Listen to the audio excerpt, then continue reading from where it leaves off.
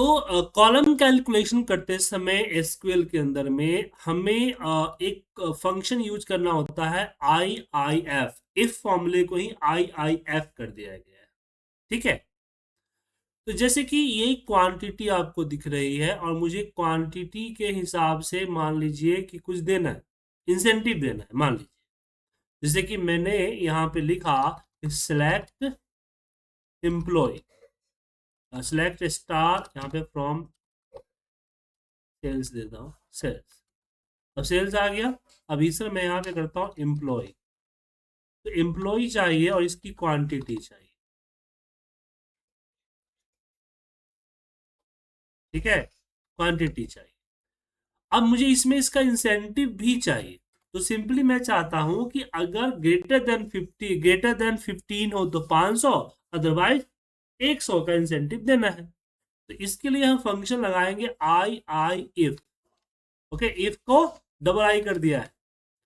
इसमें हमने बोला कि quantity is greater than 15 then 500, otherwise 100। ठीक है। अब जैसे रन करेंगे ये आपके पास देख आ गया 500 100 आ गया, और एज ए हमने कर दिया आई एन सी। तो इस तरह से जैसे नॉर्मल एक्सेल में जो इफ कंडीशन लगाते थे कि आपने यहाँ पे कंडीशन दिया, कंडीशन फुलफिल हुआ तो यहाँ पे रिजल्ट आएगा, और अदरवाइज फॉल्स हुआ तो फॉल्स रिजल्ट आएगा। बिल्कुल उसी तरह से लगा सकते हैं। और इसमें आप कंडीशंस वगैरह भी आप दे सकते हैं। जैसे मुझे दो चीजें चेक करनी है, मान लीजिए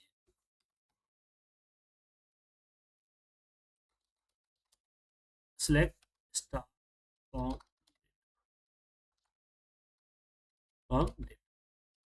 मुझे इसमें दो चीजें चेक करनी है। इसको रन करते हैं। तो दो चीजें में जैसे कि ये आपका सिटी है, ये आपका स्टेट है, और ये एक मिनट में हमने डेटा कर दिया। मैं सेल्स काट लेता, सेल्स टेबल पे काम कर रहे थे ना। रन कर, तो ये देखिए, तो यहाँ पीआईडी है, यहाँ पे क्वांटिटी है आपका, है ना, क्वांटिटी। तो मुझे वो चाहिए जिसने पेमेंट जो है किससे किया, कैश किया। अगर कैश में क्वांटिटी ग्रेटर देन 15 है तो इंसेंटिव 500 देना चाहिए, अदरवाइज हमें उसे 100 का इंसेंटिव देना है। समझे। तो यहां पे हम नेस्टेड इफ का इस्तेमाल करेंगे। किसका, जैसे हमने एक्सेल में किया कि इफ आई आई एफ है ना, आई आई एफ, और इसके अंदर हमने दिया कि पेमेंट टाइप क्या है, पेमेंट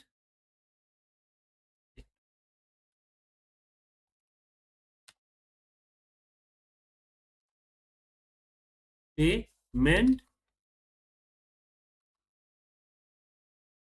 और स्क्वायर ब्रैकेट देना पड़ेगा, ये स्पेस है ना, पेमेंट टाइप,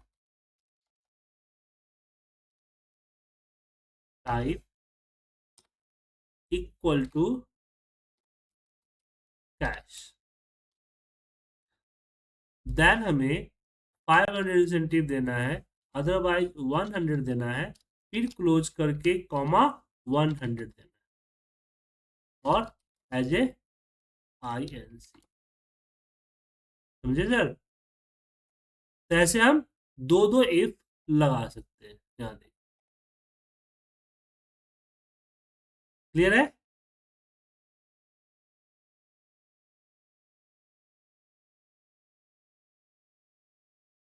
तो आई आई इफ को समझे, बिल्कुल इफ फंक्शन की तरह, इफ के जो हमारा फॉर्मूला होता है उसी की तरह बिल्कुल होता है।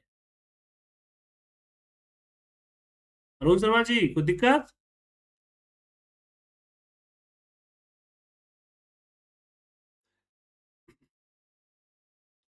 अब मान लीजिए मुझे स्लैब इंसेंटिव देना है, तब कैसे। हाँ, बिल्कुल।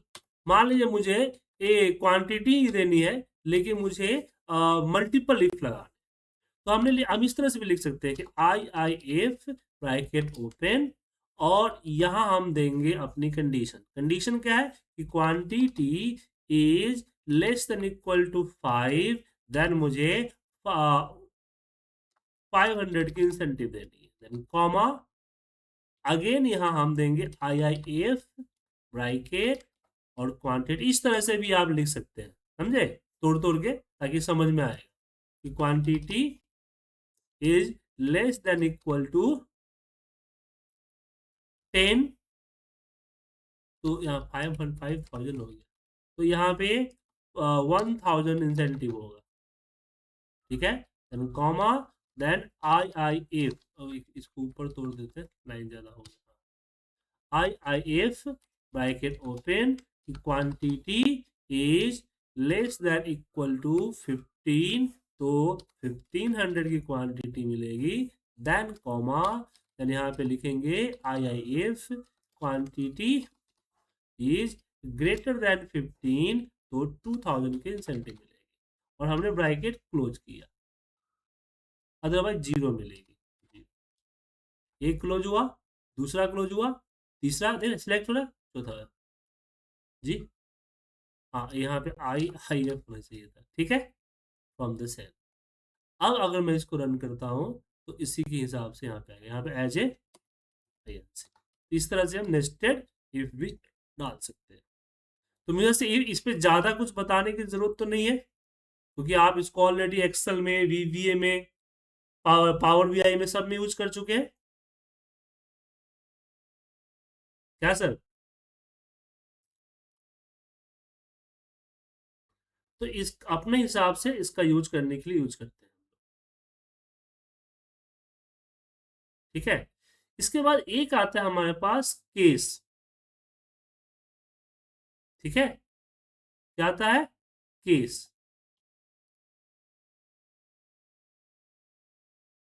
अच्छा, ये चीजें आपकी जो लिंक भेजा था उसमें नहीं था, ये सब चीजें फंक्शन में, ये अलग फंक्शन है सर।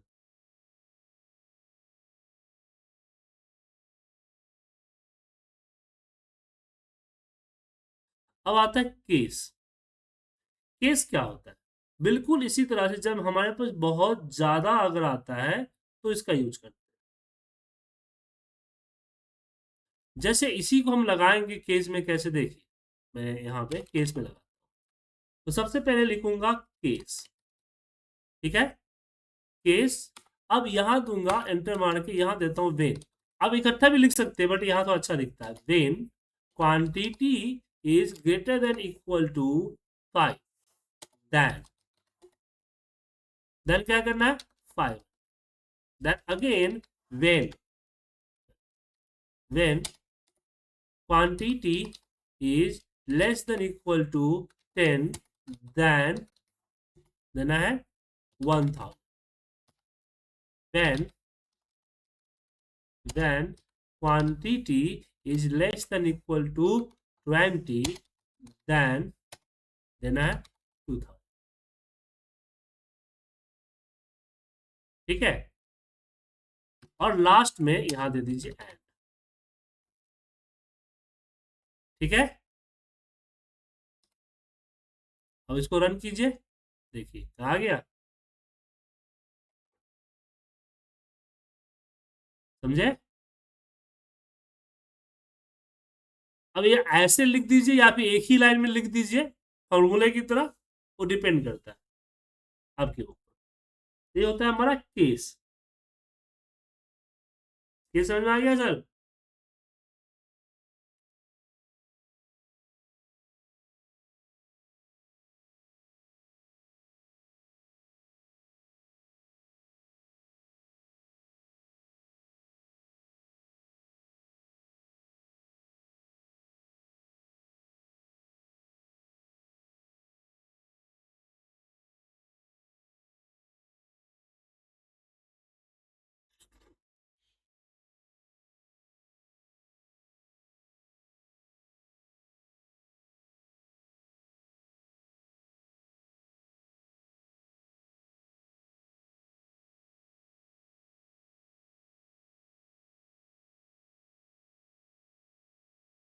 चलिए, तो इसको कीजिए।